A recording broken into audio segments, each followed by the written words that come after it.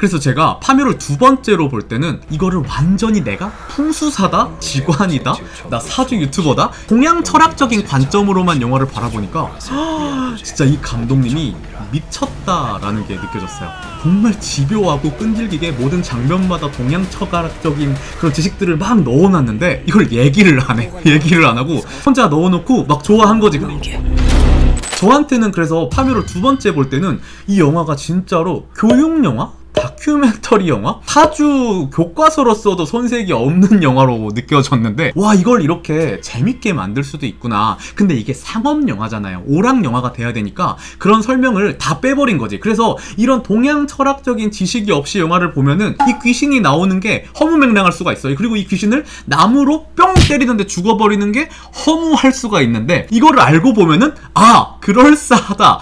이 사람은 어떻게 이런 생각을 했지? 라고 생각이 들 수가 있거든요. 그래서 와 저는 진짜 탐복하면서 봤는데 정말 인간 같은 느낌이었어요. 저한테는 인터넷 강의? 사주 인터넷 강의를 본 기분이었는데 이 재미를 알기 위해서는 고난과 시련의 시간을 좀 견뎌야 된다. 저와 함께 이 동양 철학, 음양오행은 무엇이고 풍수의 기본적인 지식은 무엇이며 사주의 기본적인 이런 걸 좀 이해를 해야 되는데 10분 정도만 주시면은 제가 최대한 쉽고 간결하게 설명을 해볼게요. 옛날 사람이 한번 돼보자고. 우리가 음양오행을 이해하려면 이게 옛날에 나왔던 학문이잖아요. 아무것도 모르던 시절에 우리가 세상을 절반으로 나눠서 이해를 해보자는 거죠. 이 음양오행, 그 영화에서도 최민식이 설명을 하죠. 1장 제목이기도 하고 우리는 모두 이 음양오행 속에서 살고 있다. 최민식은 이 세상을 음양오행으로 바라보고 있는 사람이었던 거예요. 이미 사람들은 이 양의 세계에 살고 이 죽은 사람들은 음적인 이런 묘지에 산다. 양과 음의 개념이거든요. 양과 음은 상대적인 개념이에요. 양은 뭐냐면은 이게 간체로 쓰면은 이 해 일자가 들어있고 음은 이 한문으로 보면은 이런 그늘진 모양을 형상화한 건데 이게 양은 많고 뜨겁고 높고 이런 게 양이야. 음은 그거의 반대로 차갑고 낮고 적고 이런 게 음이에요. 느낌이 오세요? 그래서 세상을 보면은 하늘은 양이야. 땅은 음이겠죠. 또 근데 이게 상대적인 개념이어서 그러면은 땅은 또 양이야. 그럼 바다는 음이 되는 거예요. 상대적인 개념 두 개를 놨을 때 남과 여자를 봤을 때는 어떻게 될까요? 남자가 양이에요. 여자는 음이야. 이해가 되시나요? 뜨거운 거 해는 양이야. 그럼 달은 음이야. 이렇게 되는 거예요. 상대적인 개념이다. 양이 더 뜨겁고 많고 어떤 느낌이 오시죠? 느낌만 오면 돼요. 그래서 세상의 만물을 양과 음으로 나눴는데 양을 대표하는 세상의 물질이 뭐냐면요. 불이에요. 불. 가장 뜨겁잖아. 불이 양이 되는 거고요. 그러면은 이 음을 대표하는 물질은 뭘까요? 물이 되는 거예요. 물. 그래서 불과 물이 대표적인 음양이 되는 건데 음이 물이고 이 양이 이 불이 되는 거죠. 그래서 우리나라 태극기를 보면요. 가운데에 이런 동그란 무늬에 빨간색, 파란색이 칠해져 있잖아요. 이게 양과 음을 뜻하는 거예요. 양과 음이 같이 그려져 있는 걸 태극이라고 해요.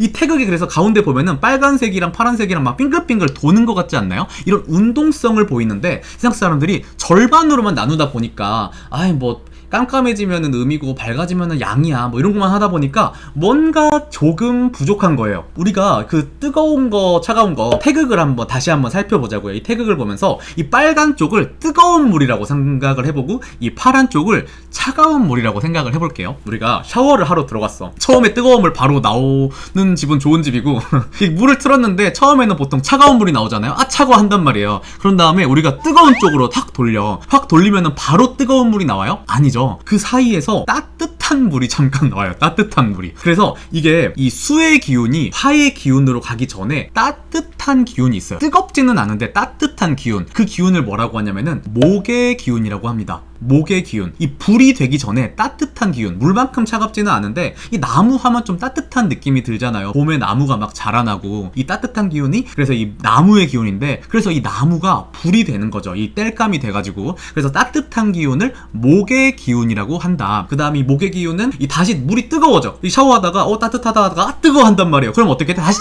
찬 쪽으로 확 돌려요. 그러면은 물이 바로 차가워져요? 아니야. 물이 조금 시원해지다가 차가워진단 말이에요. 그래서 이 시원한 기운을 뭐라고 하냐면은 금의 기운이라고 합니다. 금의 기운. 그래서 이 금의 기운을 이 쇠의 금자거든요. 쇠의 기운이 되는 거예요. 이게 골드가 아니고 쇠라고 이해해야 돼. 아이언으로 생각을 해야 돼요. 금속의 모든 물질. 그래서 이거는 좀 차가운 기운이야. 물만큼 막 엄청 차갑진 않지만 시원한 기운이다. 그래서 이 물과 불이 반대가 되고요. 이 나무와 쇠가 반대가 돼서 서로 극을 한다. 이렇게 표현됐던 했던 게 그 영화의 그 내용이거든요. 그래서 나무로 쇠를 이긴다 이러는데 여튼 좀만 더 얘기를 해보자고요. 그래서 이게 물, 나무, 불, 쇠, 물, 나무, 불, 쇠, 만물이 이 네 가지로 돌아간다. 이거를 뭐라고 하냐면은 사상이라고 합니다. 네 가지로 나눴다고 해서. 근데 이게 세상 모든 것을 또 이제 4개로 나눠본 거예요. 이게 뭐가 있냐면은 하루를 봐볼게요.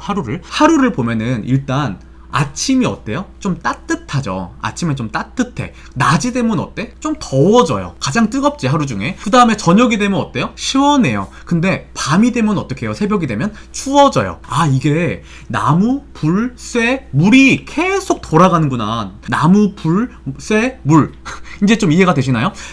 근데요, 우리가 물을 틀다 보면은 차갑지도 뜨겁지도 않은 미지근한 때가 있는데요. 이 미지근한 기운을 뭐라고 하냐면은 토의 기운을 씁니다. 이 네 가지의 기운이 이렇게 막 어우러져서 만든 건데, 그래서 이 목화금수가 있는데 목화금수의 가운데다가 토를 넣어가지고 목화토금수가 돼서 오행을 이룬다 그래요. 목화토금수가 오행을 이뤄서.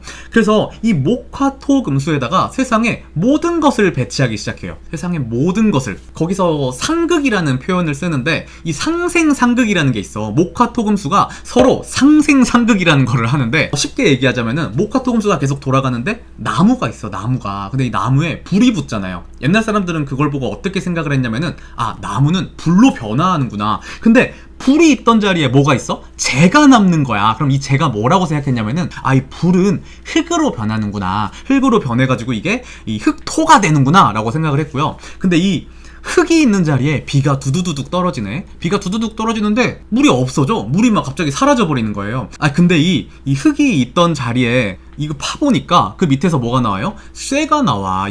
쇠가 나온단 말이야. 금속이 나오는 거 보고, 아, 그리고 흙을 단단히 뭉치는 걸 보고 이게 바위가 되는구나, 이게 쇠가 되는구나, 단단한 물질을 전부 다 금이라고 표현을 하는데, 아, 흙은 이 금이 되는구나, 쇠가 되는구나 라고 생각을 했고요. 또 이 단단한 거에서 이 물이 나온다고 생각을 했어요. 막 바위를 깼는데 샘물이 막 나오는 거지. 그리고 이 산에 올라가면은 바위 사이에서 막 물이 나오잖아요. 그리고 이 차가운 쇠 같은 거 보면은 물이 송골송골 맺히잖아요. 이런 걸 보면서, 아, 단단한 금은 이 물을 만들어내는구나. 그리고 또 물은 어때요? 땅에 후두두둑 떨어지면 뭐가 나와? 다시 나무가 자라는구나. 아, 목화토금수가 계속 서로 순환하면서 상생하는구나 라고 생각을 한 거죠.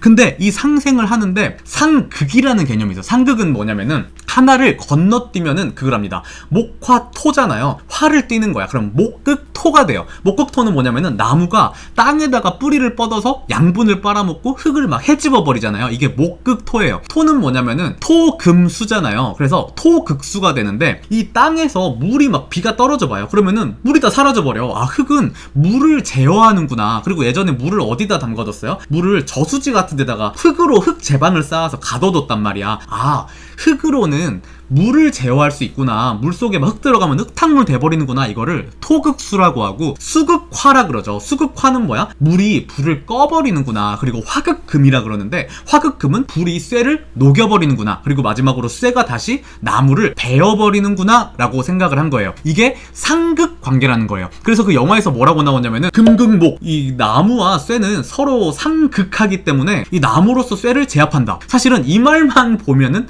틀린 말이에요. 왜냐면은 쇠가 나무를 제압하는 거예요. 도끼가 나무를 제어하지 우리가 나무로 쇠를 재련하지는 않잖아요. 그래서 이게 박재현 감독님이 몰랐을 리가 없어요. 그래서 이거를 어떻게 또 설명하냐면은 상모라는 개념이 있거든요. 목의 기운이 너무 세면 쇠가 오히려 제압당한다, 막 이런 표현들이 있는데, 근데 이건 어떤 걸 상상하면 되냐면은 우리가 칼 정도 듣고 조그만 칼 같은 거 들고 거대한 아름드리 나무를 벤다고 생각을 해봐야 돼요. 그러면은 이 칼로, 이 쇠로 이 나무를 벨 수가 있을까요? 칼이 부러지겠죠. 쇠가 부러진단 말이야. 이거를 상모라고 하는데, 그 영화에서 그려진 그 도깨비 불이 오니 그 쇠가 약해 보였나요? 굉장히 강한 쇠였죠. 나무방망이가 그 엄청나게 강한 나무방망이로 보이던가요? 뭐 강화 99 나무방망이가 아니잖아. 이게 그냥 뿅 때렸는데 그거를 이기는 게 조금 이상할 수도 있어. 그래서 뭐를 이제 또 공부를 해봐야 되냐면은, 이것을 이해하기 위해서는 이제까지는 이해가 되죠. 그 다음에는 12지에 대한 개념을 조금만 더 공부를 해봐야 돼. 12지에 대한 개념. 12지는 뭐냐면은, 세상 사람들이 예전에 아까 우리가 사상 오행으로 막 세상을 막 온갖 군데를 나눠봤잖아요. 막 목화토금수로 동남 중서북 막 이런 거 했단 말이야. 근데 이 12개로 나누는 게 왜 필요했냐면은 시간 개념 때문에 그래요. 인간의 시간 개념. 우리가 하루가 몇 시간이죠? 24시간인 거예요, 하루가. 그래서 24시간을 12개로 나눠서 2시간씩 쪼갠 게 이 자축인묘 진사오미 신유술해예요. 자축인묘, 진사오미, 신유술해. 1년을 또 12개로 쪼개서 자축인묘, 신사오미, 신유술해가 각 월마다 정해져 있어요. 각 월마다. 그래서 이 하루 같은 경우는 전날 11시 반부터 1시 반까지가 자시로 봐요. 전날 11시 반부터 1시 반까지가 자시다. 1시 반부터 3시 반까지가 축시, 3시 반부터 5시 반까지가 인시가 되는 거예요. 이제 이해가 되시죠? 그것처럼 자축인묘, 진사오미가 2시간씩 다 정해져 있는데 1년도 그래, 1년. 1년도 12월이 자월이에요, 보통. 정확하진 않는데. 그래서 축월이 1월이 되는 거고 인월이 3월이 돼요. 이해가 되시나요? 그래서 보통은 춘부터가 인월이라 그러거든요. 그래서 인월부터는 봄이 되는 건데 이 12지를 사계절로 나눠볼게요. 사계절로 나눠보면은 인묘진이 봄이 돼요. 인월이 2월 한 4일부터 인월이 되는데, 그래서 인묘진 3개월이 봄이 되고요, 사오미 3개월이 여름이 되고, 신유술 3개월이 가을이 되고, 해자축 3개월이 겨울이 됩니다. 이제 이해가 되시죠? 이 12지가 이것도 매년 그 년에도 해당이 돼요. 그 우리가 띠로 알고 있는 그 12지가 맞아요. 각 동물이 있단 말이야. 근데 이 인묘지는 뭐냐고? 봄이라 그랬죠. 목기가 센 거라 그랬어요. 목기가 센 거. 그래서 인묘진이 목기를 해당하고요, 이 사오미 여름에 해당하는 게 불에 해당하고, 신유술에 해당하는 게 이 금, 쇠에 해당하고요, 해자축에 해당하는 게 물에 해당하는 거예요. 그래서 여기서 보면은 이제 이해가 되기 시작해야 되는데, 이 봄에 해당하는 동물들이 뭐가 있냐면은, 이는 뭐냐면은 호랑이 인자예요. 호랑이 인. 그 다음에 두 번째 글자는 토끼 묘자야. 세 번째는 이 용 진자거든요. 이 동물들의 특징이 뭐냐면은 위로 올라가요. 목은 어떤 기운이라고요? 위로 올라가는 기운이라고. 위로 올라가는. 해가 위로 올라가잖아, 해가. 그리고 그때 봄에는 나무들이 위로 막 자라가면 하늘 위로 올라가잖아요. 이런 상승하는 기운이 목의 기운인데, 호랑이도 땅에서 위로 올라가죠. 점프를 하잖아. 토끼도 깡총깡총 위로 올라가잖아요. 그래서 예전에 막 토끼를 잡을 때는 밑으로 쫓으면 된다는 말이 있거든요. 토끼가 위로는 잘 올라가는데 밑으로 잘 못 가는데, 호랑이한테 도망갈 때도 밑으로 뭐 도망가라 뭐 이런 말도 있었는데, 용은 어때요? 하늘로 승천하지. 이런 동물들이 인묘진이다. 이게 봄의 기운이고요. 여름에 불 같은 기운은, 불은 사방으로 막 퍼지잖아요. 뱀 막 스르르르 옆으로 막 엄청나게 빨리 움직이잖아. 이게 기운이고, 오는 말 오자거든요. 말은 사방팔방으로 막 엄청 빨리 뛰어다니잖아. 마치 불이 번지는 속도로 막 뛰어다니는 게 이 불의 기운이다. 오화라고도 하는데, 사오미 양도 막 뛰어다녀. 이 미자는 양인데, 그래서 이 뱀, 사, 말, 오, 양, 미 이 세 가지는 불에 해당하는 글자들이다. 여기까지는 되시나요? 그리고 세 번째는 신유술인데, 신유술은 신자는 원숭이 신자를 뜻하고요, 유는 당유자고요, 술자는 개술자야. 밑에 세 개는 해자축이지, 해는 돼지 해자고요, 자는 쥐자자고, 축자는 소축자예요. 여기까지 되시나요? 그냥 흘려들어요. 몰라도 되니까 다시 얘기할 거야. 근데 인묘진이 해당하는 우리나라가 이 목기에 해당해요. 우리 아시아로 봐도 우리나라는 그 예전에 해동성국 이런 말을 하기도 하고, 동쪽에 있잖아, 아침 조자를 쓰기도 해요. 그래, 조선이라고 하기도 하잖아요. 이 아침조, 해가 뜨는 나라라는 인식이 있는 거예요, 아시아에서는. 그래서 이 대륙에 해가 뜨는 나라가 우리나라다. 조선은 목기에 해당하는 나라다. 왜냐면 또 우리 한반도가 호랑이를 닮았다는 말이 있잖아요. 그리고 혹은 토끼를 닮았다고 막 비하하는 이상한 말도 있긴 한데, 호랑이든 토끼든 우리나라는 목에 해당하는 나라라고 봐야 돼요. 그렇다면은 일본은 어떻게 봐야 될까? 뭐 일본도 목기라고 하기도 하고, 뭐 화기라고 하기도 하고, 막 여러 가지 설들이 있긴 한데, 일본을 해당하는 글자를 저는 화기라고 본 것 같아요, 영화에서는. 일본의 국기를 보면은 빨간색 해가 떠 있죠. 그리고 일본의 국명이 뭐예요? 해일자를 써. 그럼 이런 거는 양적인 표현이잖아요. 그래서 거기서 막 도깨비 불로 귀신이 표현이 되잖아. 아, 일본이 불을 상징하고 우리나라가 나무를 상징한다 라고 저는 봤어요. 이렇게 생각하고 한번 영화를 다시 한번 봐보면 되게 좋아요. 그래서 인묘진은요, 이 봄을 해당하는 글자잖아요. 인묘진은 서로 합치려고 그래요. 서로 비슷한 기운이니까, 봄의 기운이니까. 그래서 인묘진 세 개가 모이면은 이 인이나 진이라는 기운을 묘에다가 모아줘요. 가운데에 있는 글자에다가. 이거를 왕지라 그러거든요. 가운데에 있는 글자들을 도화라고 얘기를 하기도 하고. 그래서 여기다가 에너지를 막 모아주는데, 그래서 이 인묘진 세 개가 있으면은 묘의 힘으로 뭉친다. 그리고 밑에 사오미는 어때요? 이 오화의 기운으로 에너지가 뭉친다. 이 가운데 글자들로 기운이 뭉친단 말이에요. 이 글자들의 기운이 막 모이면은. 근데 여기서 이게 방합이라 그래. 이게 가족의 결합이라 그러거든요. 비슷한 기운을 가진 사람들끼리. 또 삼합이라는 개념이 있어. 삼합이라는 개념. 이거는 뭐냐면은 이 여름의 기운을 봐볼게요. 여름의 기운이 가장 센 글자가 뭐예요? 오죠. 이 불의 가장 여름의 한가운데 있는 글자 5월이 되는데, 이 5의 기운은 언제부터 시작을 하냐면은 인월부터 시작을 해요. 우리가 겨울이 끝나고 좀 따뜻해진다 라는 표현이 있잖아요. 그게 봄이 시작되면서 이미 여름의 기운이 조금씩 시작을 한다고 보는 거예요. 그래서 이 이는 오자에다가 힘을 주기도 해요. 이는 묘에도 힘을 주고 싶어 하지만 오에도 힘을 주고 싶어 한다. 그리고 이 여름의 기운이 언제 끝나냐? 가을의 마지막에 끝나는 거예요. 가을의 마지막 글자는 뭐예요? 신유, 술이죠. 그래서 이 술이라는 글자는 이 유라는 글자에 힘을 주고도 싶어 하지만 이 오라는 글자에도 힘을 주고 싶어 한다. 그래서 이게 삼합을 방합의 기운이라 그러거든요. 이렇게 대각선으로 쭉쭉쭉 이어지는데, 그래서 이 삼합과 방합이 있는데, 삼합과 방합이 둘 다 있으면은 방합이 조금 더 인력이 셉니다. 가족 결합이라서. 친구나 사위도 좋지만 가족이 좀 더 중요하잖아. 그래서 방합이 좀 더 강력하게 작용을 하는데, 보통은. 그런데 이거를 어떻게 해석을 해야 되냐? 그 무라야마 준지, 이 기순의 그 스님이 어떤 안배를 우리나라에다가 했냐면은, 그 음양사가 뱀이 나왔잖아요. 그 무덤에 뱀이 있는 거야. 거기다가 뭘 심었어요? 불을 심어 놓은 거예요. 불을. 그래서 이게 사오가 있는 거죠. 그리고 사오미, 양이 없는데요? 그러니까 사오미를 어떻게 해석해야 되냐면은, 사는 뱀을 심어 놓고요, 오는 그 자체로 뜨거운 여름의 불의 기운을 상징하는 거예요. 거기다가 불을 진짜로 심어 놓은 거지. 그 다음에 그 미토라 그러거든요. 사오미. 그래서 여름의 흙, 이게 각 계절의 끝은 흙의 기운이에요. 그래서 사오미, 미가 뜻하는 건 뭐냐면은 마른 흙을 뜻해요. 여름의 흙을 뜻하는데, 여름의 흙은 어떻게 써요?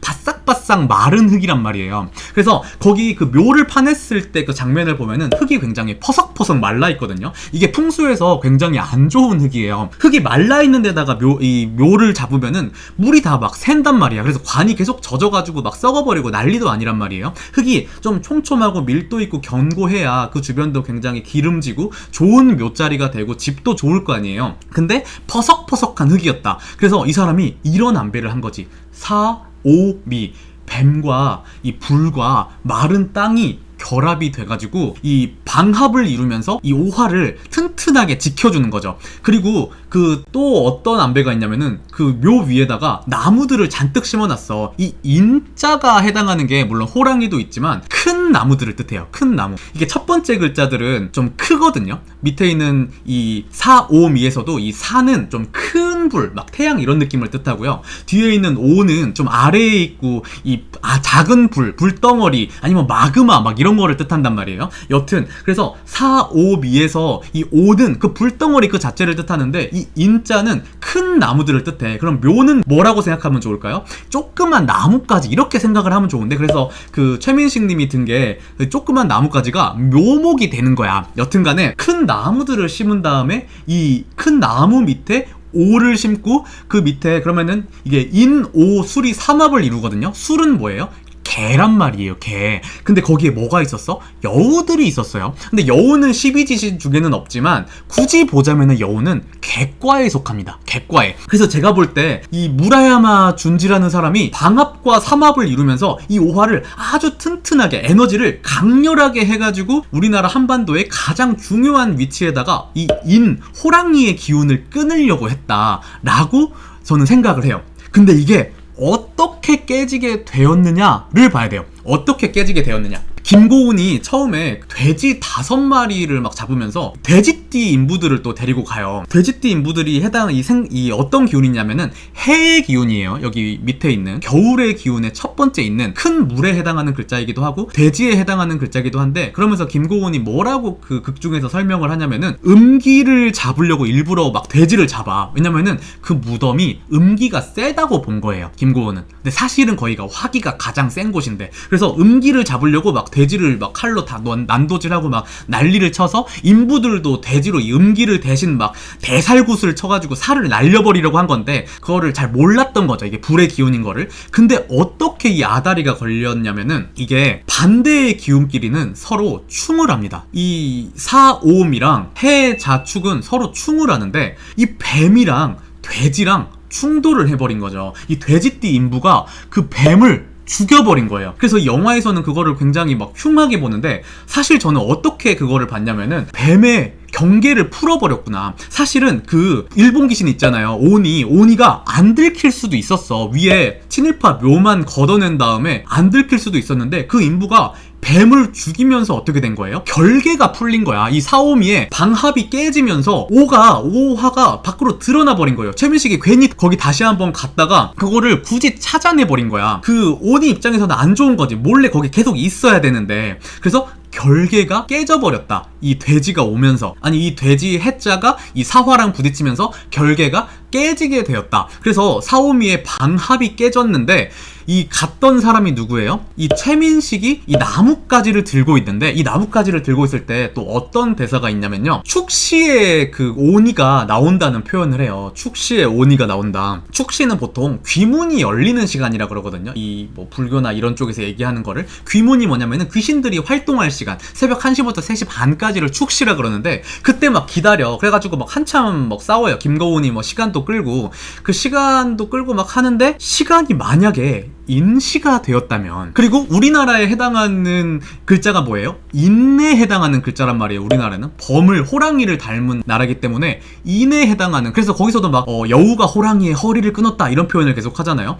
인에 해당하는 글자가 호랑인데, 인의 기운이 강해지는 땅에서 인시가 되었다면, 축시가 지나고 인시, 새벽 3시 반부터 5시 반, 인시가 만약에 되었다면 인의 기운이 굉장히 강해지겠죠. 그러면은 이 오니에 맞서 싸우는 이 최민식의 이 극중 이름을 잘 봐야 되는데, 극중 이름이 김상덕입니다. 김상덕. 한자 이름을 모르지만 아까 뭐 나무, 목기가 뭐라 그랬어요? 위로 올라가는 기운이라 그랬죠. 상자가 오를 상자가 아니었을까? 오를 상자여서 이게 목의 기운이 굉장히 강한 이름이었을 수도 있죠. 그리고 덕은 또 뭐에 해당하냐면은 그 인예신의지라 그러거든요. 목화토금수에다가 그 동양의 그거를 배속을 해보면은, 그래서 이 동대문의 다른 이름이 이 흥인지문이에요. 인을 흥하게 하는 문이다 해가지고, 인이라는 글자는, 덕이라는 글자는 목에 해당하는 글자예요. 그래서 남쪽에는 숭례문이라 그러고, 그 예에 해당하는 글자가 남쪽이고, 막 이런 게 있단 말이에요. 그래서 김상덕이란 이름은 그 이름 자체가 굉장히 목기가 센 이름이다. 근데 그 사람이 자기를 어떻게 소개하냐면은 호환 김상덕이라 그래요. 호환 김상덕. 호환 김상덕이 뭔 뜻이냐면은 호랑이의 눈이다. 호랑이 아까 뭐라 그랬어요? 인의 기운이 더 세진다고. 인의 기운, 나무의 기운이 더 세진다고요. 거기다가 안, 호랑이의 눈은 한의학에서 목기에 해당합니다. 저는 이거는 딱 감독님이 노렸다고 생각을 하는데, 그래서 이 호환 김상덕이 이 인목에 해당하는 한반도에서 인시가 됐는데, 호환 김상덕 씨가 나무를 들었다? 이거는 그냥 묘목이 아닌 거예요. 그냥 묘목이 아니고 이 인목의 힘이 엄청나게 세져서 묘목에다가 힘을 주는 상황인 거죠. 묘목에다가 힘을 주는 상황인데, 이 진짜가 없잖아요. 인묘진 방합을 이루어야 되는데 진짜가 어떻게 되냐면은, 거기가 원래 푸석푸석 마른 땅이었잖아요. 땅을 팔 때는. 근데 땅을, 그 친일파 묘를 파냈는데 그 이 관을 태워야 되는데 못 태웠어요. 왜 못 태웠죠? 비가 내릴 때 태우면은 그게 좋은데 못 간대. 그래가지고 비가 엄청 내렸어요.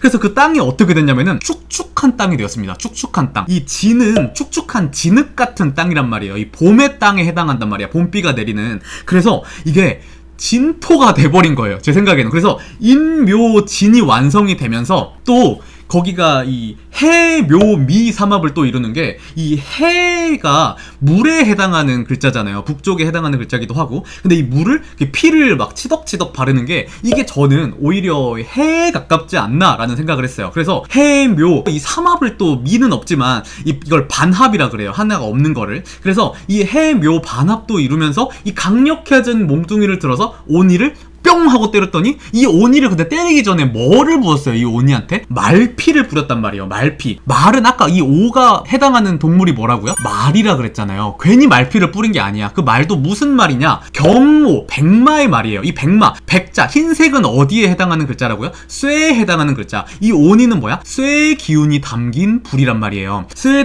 기운이 담긴 불인데, 이게 그래서 이 쇠의 기운이 담긴 말피를 뿌렸더니 이 말이 죽어서 남긴 게 피잖아. 그래서 이 오니가 그 피 맞으니까 막 쓰아 하면서 막 쓰러져. 그래서 이 오화의 기운이 약해질 때를 노려서 가장 강력한 묘목으로 뿅 때려서 죽었다. 이게 오히려 그 뱀이 죽으면서 반합이 깨지고 막 이런 것들이 막 되면서 이게 한 번에 딱 죽여버린 게 아닌가. 근데 뭐 이렇게 생각을 할 수가 있어요. 아니 묘랑 오랑 만나면 근데 왜 불이 죽죠? 아까는 나무가 불을 생한다면서요. 생하긴 하는데 묘랑 오가 만나면요, 이거를 파라고 해요.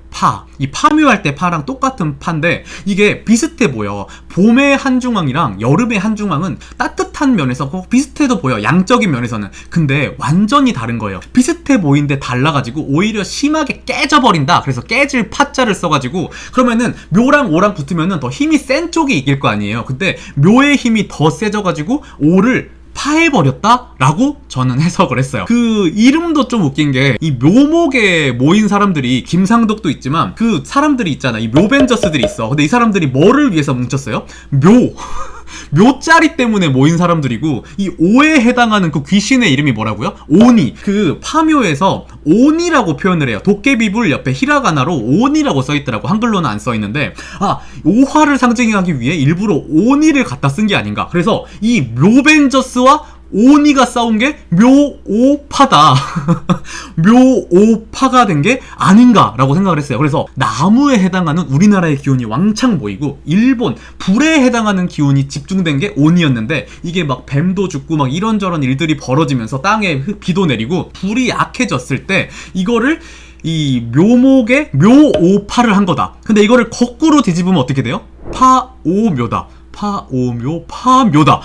이게 아닐까라는 생각을 했어요. 근데 지금도 보시면 아시겠지만 제가 벌써 30분 넘게 얘기를 했는데 얘기가 길잖아. 이거를 영화에서 얘기를 할 수가 없는 거지. 이거는 교육용 사주 유튜버가 돼버린다. 영화가 아니고. 그래서 그냥 감독님이 생각하다가 나무의 기운이랑 쇠의 기운이랑 반대니까 이건 뭐 상극으로 대충 설명하자, 이것까지 사람들이 조금은 알 거야 라고 그냥 풀어주신 게 아닐까라고 저는 생각을 합니다. 그래가지고 이렇게 재밌는 영화가 있다니 하면서 집으로 왔더니 이번에 또 무슨 생각이 들었냐면은, 난 이게 사주 교과서? 동양 철학의 교보제 같은 영화인 줄 알았는데 사실은 감독이 또 나를 속였구나. 내가 묘를 파냈다고 생각했는데 그 밑에 커다란 묘가 하나 더 있구나. 또 내가 속았구나 라는 생각이 들었거든요. 첩장에 또 당했구나. 갑자기 커다란 묘가 내 눈에 들어오는 거예요. 그게 뭐냐면은, 결국에 이 영화는 뭘 얘기하고 싶었냐면은 믿음에 관한 영화를 얘기하고 싶었던 것 같아요. 믿음에 관한. 제가 지금까지 말하면서 여러분은 어떤 생각을 했나요? 어떤 사람들은 재밌다, 이렇게 동양 철학으로 영화를 볼 수가 있구나 라는 생각을 한 사람도 있을 거고, 어떤 사람은 야, 저놈 또 이상한 소리 한다, 귀신 신나라 까먹는 소리 하네, 아유 진짜 너 과대 해석이다 라고 꺼버린 사람들도 많을 거 아니에요. 그러면은 이 사람들은 이 영화를 보면서도 두 가지 생각을 하게 되는 거죠. 완전 다른 관점으로 보게 된단 말이야. 그래서 이 파묘를 본 사람들 중에 아니 갑자기 귀신이 왜 나와? 갑자기 나무 뿅망치로 귀신은 왜 죽어? 아유 화무맹랑한 영화야 라고 본 사람도 있고, 어떤 사람은 이 영화를 보면서 바늘 영화야, 한일 영화야 이렇게 본 사람도 있고, 아니면은 역사 영화야 이렇게 본 사람도 있을 수 있고, 저처럼 막 사주 영화야, 동양 철학 풍수지리 영화야 라고 본 사람도 있을 수 있겠지만, 어떤 사람은 이게 믿음에 관한 영화구나. 왜 그런지 설명을 해보자면요, 여러분은 풍수 믿으세요? 여러분은 사주는 믿으시나요? 그렇다면 한의학은 어때요? 제가 한의대를 나와서 한의사가 된 사람인데 저는 항상 이런 고민을 가지고 공부를 했어요. 한의학이라는 학문은 사람들이 그런 말을 하는 학문이죠. 나는 한의학을 안 믿어. 저는 이게 굉장히 슬펐는데, 사람들이 믿고 안 믿고는 종교의 영역이잖아요. 어떻게 학문을 안 믿을 수가 있지? 나는 미술 안 믿어 이런 표현 안 하잖아요. 나는 체육 안 믿어, 나는 물리학 안 믿어 이런 표현은 잘 안 한단 말이에요. 나는 뭐 하나님 안 믿어, 뭐 부처님 안 믿어 이런 표현을 할 수 있지. 근데 한의학은 안 믿는데, 그렇다면은 내가 공부하는 학문은 누군가에게는 거짓인가? 그렇다면 다시 파묘라는 영화를 봐보자고요.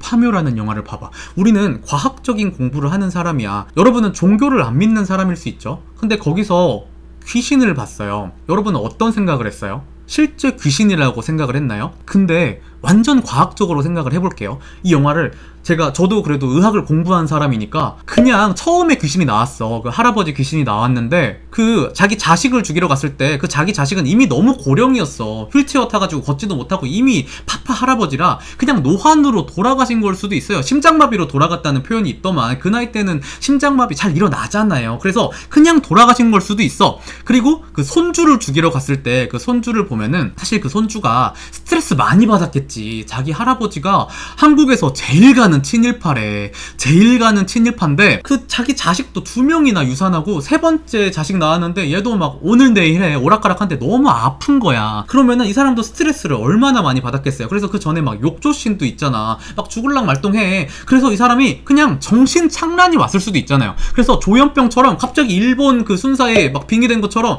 막 정신착란을 일으킨 건지 헛것 보고 약을 먹었을 수도 있고 미국에서 잘 산다면서요. 마약을 했을지 술을 먹었을지 수면제를 먹었을지 어떻게 알아. 그럼 그 사람이 그냥 정신착란을 일으켜서 약 과다 복용으로 죽었을 수도 있어요. 그러면 이게 둘 다 귀신 때문에 죽은 거다는 누구의 관점이냐면은 그 사람들의 관점이에요. 그 무당이나 이 풍수사나 장의사의 관점이야. 이 사람들은 그런 거를 믿는 사람의 관점이라고요. 이 영화를 다시 보자면은 박지용 씨는 그냥 잘못 본 거지. 귀신이라고 자기는 이 약에 취해가지고 그 할아버지도 죽을 때 되니까 원래 죽을 때 되면은 아버지 보는 사람 많다면서요. 아버지 절 데리러 오셨군요 하면서 그 다음에 아버지가 죽였다는 장면도 안 나와. 심지어 심장이 쿵쾅거리는 장면만 나오고 갑자기 죽어버린단 말이에요. 죽는 장면에서 소리로 으악 하고 그냥 해. 이게 그냥 사람들이 헷가닥한 거다. 과학적으로 보자면은 귀신을 믿지 않으면은. 근데 귀신은 누가 상상한 거다? 그 무당이 상상한 거다. 무당은 맨날 그거 하는 사람이잖아. 뭐 그래서 이렇게 관점을 봐보자고. 그 영화가 무당이나 어떤 이런 장의사나 풍수사의 관점으로 걔네들이 추측을 하는 거지. 귀신이 같다고. 근데 사실은 그냥 정신착란으로 죽은 거고 노환으로 죽었다고 생각을 해보자고. 원래 유산도 2번 당했다며. 원래 좀 약한 집안인데 걔도 막 죽을랑 말똥하다가 갑자기 좋아진 걸 수도 있잖아요. 그래서 아기도 잘 살아났다며.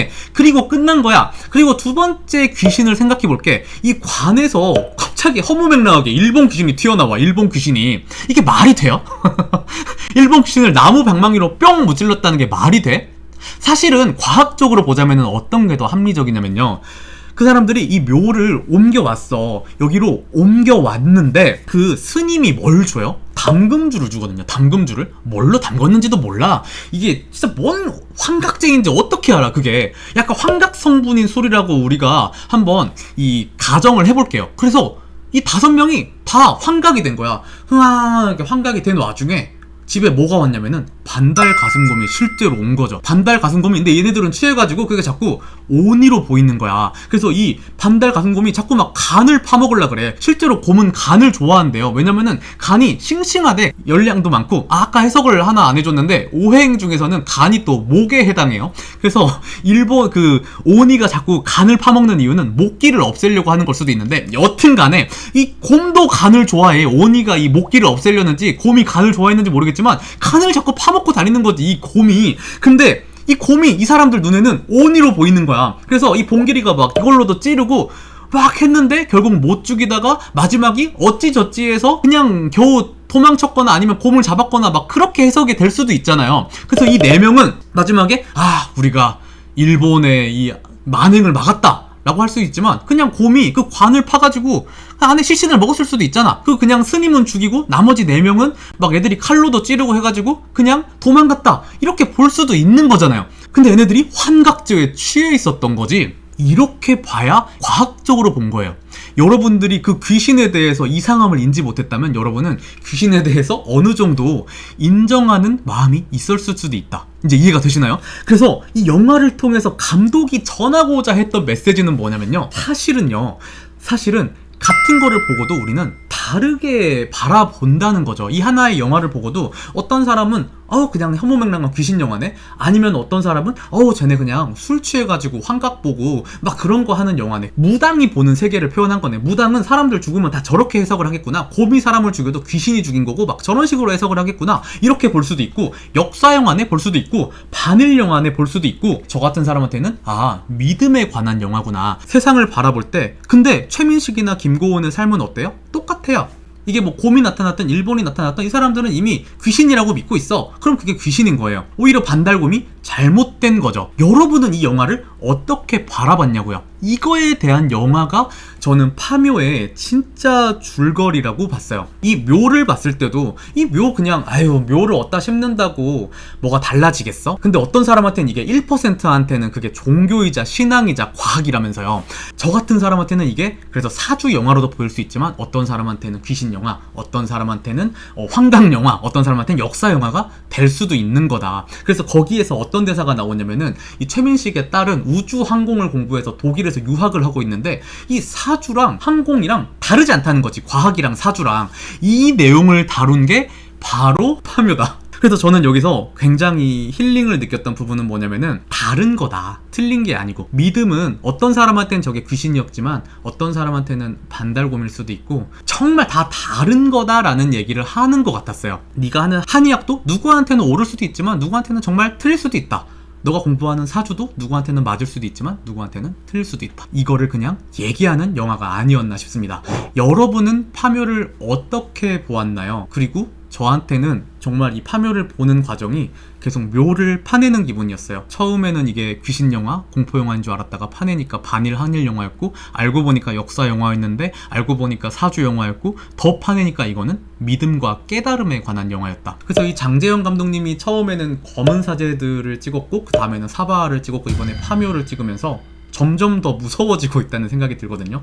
이 사람은 드러내지 않으면서도 아는 사람한테는 정말 무섭도록 재밌는 영화를 찍어내고 있고, 저는 벌써 장재현 감독님의 다음 작품이 기대가 됩니다. 제 리뷰가 많이 길었는데 여러분, 제 말은 제 주관적인 해석이니까 물론 귀신 신나라 까먹는 소리일 수도 있어요. 이 영상도 어떤 사람한테는 와 너무 재밌다, 저 사람은 어떻게 저런 생각을 하지? 이럴 수도 있지만 어떤 사람은 쟤는 어떻게 저런 쓰잘데기 없는 말을 저렇게 길게 하지? 라고 생각이 들 수도 있는데 그것도 여러분의 몫이라고 생각을 합니다. 그리고 재밌으셨다면은 제 영상, 제 채널에 다른 영상들도 좀 봐주시길 바라면서 오늘 영상은 여기까지 찍겠습니다. 시청해주셔서 감사합니다. 구독과 좋아요 안 누르고 되면 굵은 뼈 부러지고 잔뼈가 실러져 얼맹이 채공개 진가루 새듯 그저 살살 셀 테니 구독과 좋아요 어서 누르거라. 나는 간다, 나는 가 널 떨고 그리고 내가 돌아간다.